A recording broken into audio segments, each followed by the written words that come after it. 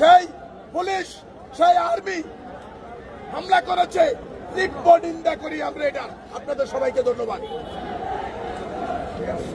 কিভাবে হলো এই যে হামলাটা, কেন হলো এটা আপনার ধারণা? বিপি নূরের আজকে একটা প্রোগ্রাম ছিল, বিপি নূর ওখানে প্রোগ্রাম করতেছিলেন। জি জি।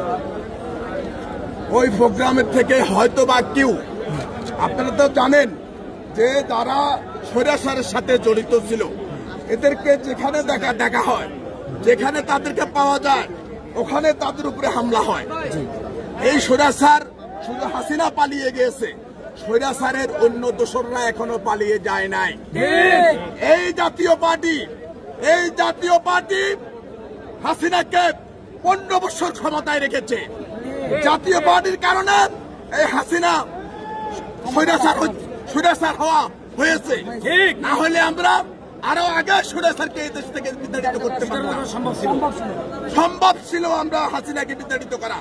সে জাতীয় পার্টির অফিসে ওরা লাঠি সোটা নিয়ে বসেছিল। নূরের একটা প্রোগ্রাম ছিল রাস্তায়, নূরের কিছু ছেলেপেলে হয়তো মিছিল থেকে ওদিকে ধাওয়া দিছে। এই পর্যন্ত নূরের লোক আর কিছু করে নাই। সেই নূর ওখানে বক্তব্য দিচ্ছে, ওই সময় প্রশাসনে যারা আছে, পুলিশ, আর্মি, আওয়ামী লীগের যারা লুকিয়ে আছে বাংলাদেশে, তারা এদের সাথে মিশে জাতীয় পার্টির এই যারা লুকিয়ে আছে এরা মিশে একসাথে হামলা করেছে নূরের উপরে। আমরা এটার প্রতিশোধ নেব, নূরের উপর কেন হামলা হলো। সবাইকে ধন্যবাদ।